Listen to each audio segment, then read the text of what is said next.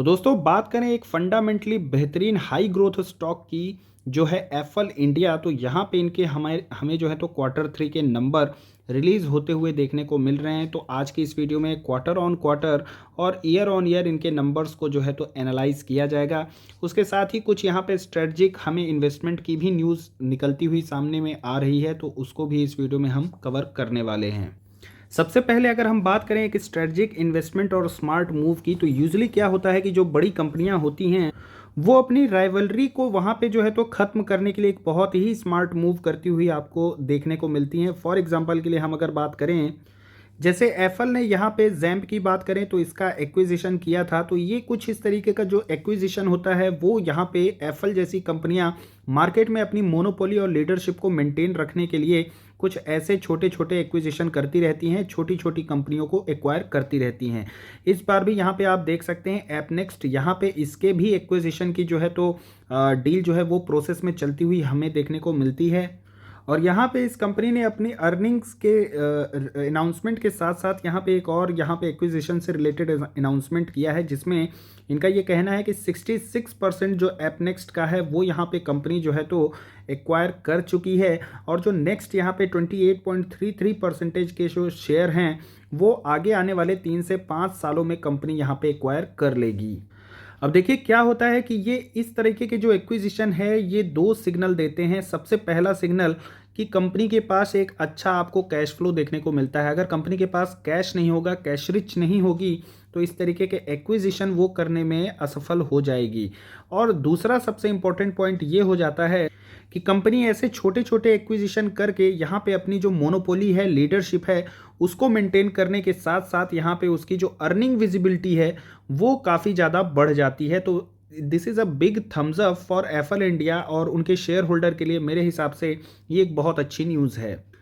चलिए अब बात कर लेते हैं यहाँ पे अर्निंग्स की। यहाँ पे आप देख सकते हैं कंसोलिडेटेड ये नंबर्स हैं सारे के सारे। वैल्यूज़ आपको यहाँ पे मिलियंस में देखने को मिलेंगी। ये है क्वार्टर 3 FY22, यहाँ पे क्वार्टर 3 FY21, यानी कि YOY बेसिस पर ग्रोथ की हम बात करेंगे।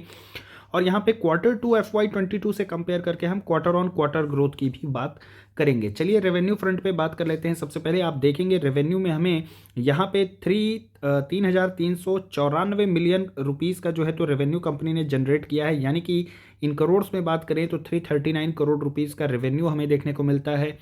और पिछले साल से अगर हम कंपेयर करें तो पिछले साल हमें लगभग 1,505 मिलियन रुपीज़ देखने को मिले थे, यानी 150 करोड़ रुपए। और वहाँ पे अगर आप कंपेयर करें ईयर ऑन ईयर बेसिस पर रेवेन्यू फ्रंट में, तो लगभग 125% की ग्रोथ हमें YOY बेसिस पर देखने को मिलती है। उसके बाद अगर हम यहाँ पे बात करें कि एक्सपेंसेस क्या लगे, तो आप देख सकते हैं इनका जो एक्सपेंस है वो इन्वेंट्री डाटा कॉस्ट है, एम्प्लॉय बेनिफिट कॉस्ट है, यहाँ पे अदर एक्सपेंसेस हैं। कुल मिला के यहाँ पे एक अच्छी चीज़ आपको रॉ मटेरियल कॉस्ट जैसी कोई भी चीज़ देखने को नहीं मिलती है, यानी कि very positive from the point of inflation. इस कंपनी के जो अर्निंग्स हैं उसमें आपको इन्फ्लेशन का उतना ज़्यादा इम्पैक्ट देखने को नहीं मिलता है, which is a very positive point मेरे पॉइंट ऑफ व्यू से। मुझे ये बहुत अच्छी चीज़ लगती है किसी भी कंपनी के बारे में। कंपनी यहाँ पे एडवर्टाइजिंग के सेक्टर में कार्य करती है और उसी से इनका जो है तो अर्निंग आपको देखने को मिलेगा। चलिए आगे की कहानी देखते हैं। रेवेन्यू माइनस एक्सपेंस अगर हम करें तो यहाँ पे हमको मिल जाते हैं एबिट्टा। यहाँ पे एबिट्टा की बात करें तो लगभग 67.7 करोड़ रुपीज़ का एबिट्टा देखने को मिलता है। पिछले साल की बात करें 38.4 करोड़ रुपीज़ का एबिट्टा देखने को मिला था, यानी कि एबिट्टा में भी लगभग 76.4% की यहाँ पे इस कंपनी ने ग्रोथ दिखाई है। वहीं क्वार्टर ऑन क्वार्टर बेसिस पर अगर रेवेन्यू फ्रंट पे बात करें तो लगभग 274 करोड़ रुपए का रेवेन्यू जनरेट हुआ था, यानी कि क्वार्टर ऑन क्वार्टर बेसिस पर भी 23% की ग्रोथ रेवेन्यू में देखने को मिलती है। और एबिट्टा में आप देखेंगे तो लगभग 30% की ग्रोथ यहाँ पे कंपनी ने एबिट्टा में दिखाई है। 52 करोड़ रुपीज़ का यहाँ पे इनका एबिट्टा जनरेट हुआ था। चलिए अब बात कर लेते हैं मार्जिन्स की। तो यहाँ पे कंपनी के मार्जिन जो हैं डिक्लाइन कर गए हैं। आप देख सकते हैं लगभग 20% के मार्जिन एबिट्टा में देखने को मिलते हैं। पिछले साल ये जो मार्जिन थे 25.5% के थे, यानी 25.5%। और वहीं पर अगर हम पिछले क्वार्टर से कंपेयर करें तो उसके कंपैरिजन में यहाँ पे मार्जिन जो है तो इम्प्रूव हुए हैं। पिछले क्वार्टर में 19% के हमें इनके मार्जिन जो है तो वो देखने को मिलते थे। चलिए फाइनली हम आते हैं यहाँ पे प्रॉफिट में। प्रॉफिट की अगर बात किया जाए तो 621 मिलियन रुपीज़ का प्रॉफिट है, यानी कि 62 करोड़ रुपीज़ का प्रॉफिट यहाँ पे देखने को मिलता है। और पिछले साल से कंपेयर करें तो 30 करोड़ रुपए का प्रॉफिट था, यानी प्रॉफिट यहाँ पे डबल हो चुके हैं, 102% की ग्रोथ है। और वहीं क्वार्टर ऑन क्वार्टर बात करें 30% की ग्रोथ है। पिछले क्वार्टर में 47 करोड़ के यहाँ पे हमें प्रॉफिट देखने को मिले थे। प्रॉफिट मार्जिन की बात करें, नो डाउट यहाँ पे भी 20% के प्रॉफिट मार्जिन घट करके यहाँ पे 17.5% हो चुके हैं, जबकि पिछले क्वार्टर में 16.4% का प्रॉफिट मार्जिन हमें देखने को मिला था। चलिए अब बात कर लेते हैं ईपीएस की। तो ईपीएस आप देख सकते हैं यहाँ पे इस क्वार्टर में लगभग 4 रुपये 70 पैसे की ईपीएस हो चुके हैं। पिछले साल यही ईपीएस जो है तो 3 रुपये 62 पैसे के थे, और पिछले क्वार्टर में ईपीएस 2 रुपये 41 पैसे थे। आप देख सकते हैं ईपीएस में भी आपको लगभग 100% की ग्रोथ यहाँ पे क्वार्टर ऑन क्वार्टर जो है तो माफ़ कीजिएगा, ईयर ऑन ईयर जो है आपको ये 100% की ग्रोथ यहाँ पे ईपीएस में देखने को मिलती है। वहीं क्वार्टर ऑन क्वार्टर देखा जाए तो वहाँ पे भी इस कंपनी ने ईपीएस में एक अच्छी ग्रोथ दिखाई है।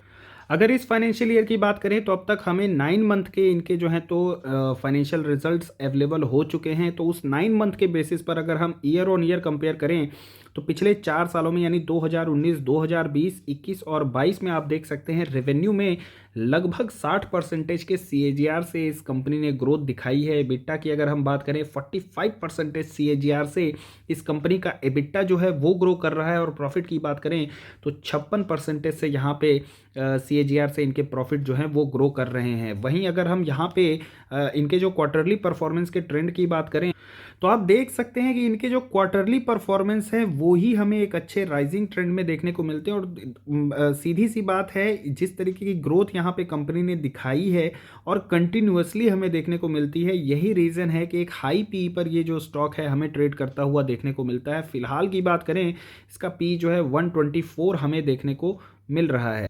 कैश फ्लो की अगर हम बात करें तो आप देख सकते हैं यहाँ पे इसका एनुअल ट्रेंड आप देख सकते हैं एकदम राइजिंग ट्रेंड में देखने को मिलता है। और इस 9 मंथ की बात करें तो सबसे इंपॉर्टेंट फैक्टर होता है, देखिए कभी भी आप किसी भी कंपनी का फाइनेंशियल रिजल्ट देख रहे हैं तो वहाँ पर ये एक रेशियो देखना बहुत ज़रूरी हो जाता है, क्योंकि यहाँ पे अगर इनका ऑपरेटिंग कैश फ्लो इनके नॉर्मलाइज्ड पैट से अगर ज़्यादा है तो यानी कि यहाँ पे एक बहुत ही अच्छी वैल्यू अर्निंग जो है तो आपको इस कंपनी में देखने को मिलती है। ये एक बहुत ही पॉजिटिव सिग्नल होता है एक हाई ग्रोथ यहाँ पे कंपनी के लिए। और इसका सीधा सा मतलब यही है कि कंपनी ऑन पेपर जितना भी प्रॉफिट दिखा रही है उतना यहाँ पे ऑलमोस्ट 100% है ये आपका ऑपरेटिंग कैश फ्लो और नॉर्मलाइज्ड पैड रेशियो। तो यानी कि आप यूँ समझ सकते हैं इसको सीधी सी भाषा में कि जितना प्रॉफिट कंपनी ने ऑन पेपर दिखाया है वो सारा का सारा आपको कैश में कन्वर्ट होता हुआ देखने को मिल रहा है। तो definitely this is a very positive sign, and यहाँ पे ये जो नंबर हैं ये मोर देन 100% है। तो यहाँ पे एक और मेरे हिसाब से बिग थम्स अप हो जाता है एफएल कंपनी के लिए।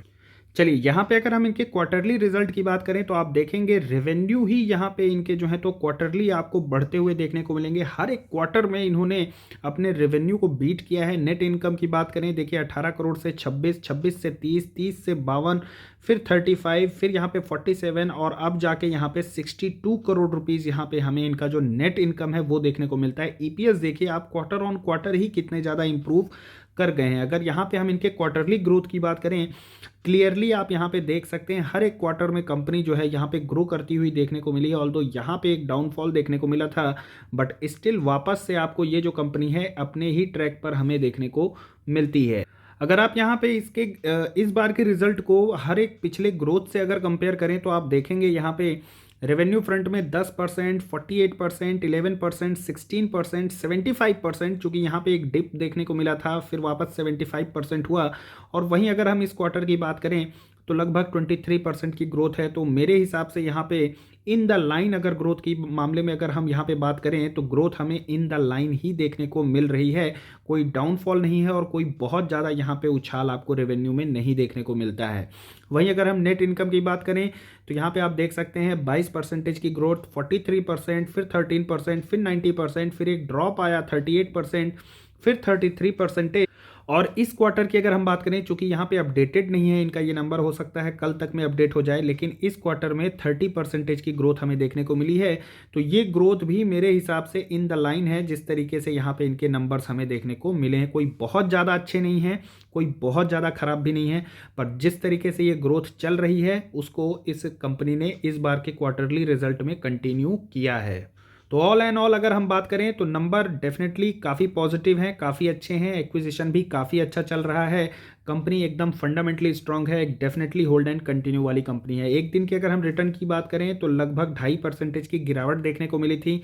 एक साल की अगर बात करें तो 50% का यहाँ पे रिटर्न इसने दिया है, और वहीं जब से लिस्टिंग हुई है तब से बात करें तो 600% आप देख सकते हैं, 2019 से लेकर के अब तक इसने 600% के रिटर्न अपने इन्वेस्टर्स को दे दिए हैं। अब बात करें यहाँ पे इसके चार्ट पैटर्न की, तो आप देख सकते हैं पिछले एक साल से इसका कंसोलिडेशन फेज मैं तो कहूँगा कि अभी भी चल रहा है, क्योंकि स्टॉक अभी भी वहीं पर हमें ट्रेड करता हुआ देखने को मिल रहा है।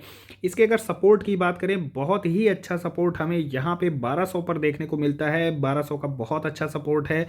अगर इस रेंज में ये स्टॉक आता है और किसी ने एंट्री नहीं ली है तो डेफिनेटली यहाँ पे आप फर्स्ट एंट्री ले सकते हैं। बाकी हम लोग अगर अपनी बात करें, टेलीग्राम चैनल में भी मैंने इसमें एक अच्छी एंट्री पोजीशन बताई हुई थी, और हम लोग इससे भी नीचे लेवल पर एंट्री लिए हुए हैं। तो डेफिनेटली ऐसे स्टॉक को होल्ड एंड कंटिन्यू करना है। लॉन्ग टर्म पर्सपेक्टिव से बहुत ही शानदार ये कंपनी हमें देखने को मिलती है। बाकी नंबर मुझे काफ़ी अच्छे लगे हैं। अब देखना ये है कि मार्केट इसको कैसे रिएक्ट करता है। तो मंडे के दिन जब ये ओपन होगा तो वहाँ पे हमें इनका जो है रिएक्शन मार्केट का वो देखने को मिलेगा। फिलहाल अगर इसके अगर फर्दर हम सपोर्ट की बात करें तो यहाँ पे एक और सपोर्ट जो है तो आपको 1100 के आसपास देखने को मिलता है। 1100 का एक और सपोर्ट आपको देखने को मिल सकता है। और वहाँ से अगर हम एक डाउनफॉल की बात करें, कभी डाउनफॉल आता है, मार्केट में गिरावट होती है, तो 1000 के लेवल पर भी एक अच्छा सपोर्ट आपको देखने को मिलेगा। तो डेफिनेटली ये 3 लेवल मेरे हिसाब से एसआईपी एक्यूमुलेशन या फिर एंट्री पॉइंट ऑफ व्यू से काफ़ी अच्छे हैं। अगर ये स्टॉक आपकी पोर्टफोलियो में है, कमेंट करके बताएं आपको रिजल्ट कैसा लगा। वीडियो अगर अच्छी लगी हो तो वीडियो को एक लाइक करें और चैनल को सब्सक्राइब करके मुझे मोटिवेट करें, ताकि मैं कुछ इस तरीके के क्वालिटी कंटेंट के साथ आपके सामने आता रहूं। वीडियो को अंत तक देखने के लिए बहुत बहुत धन्यवाद। Thank you very much.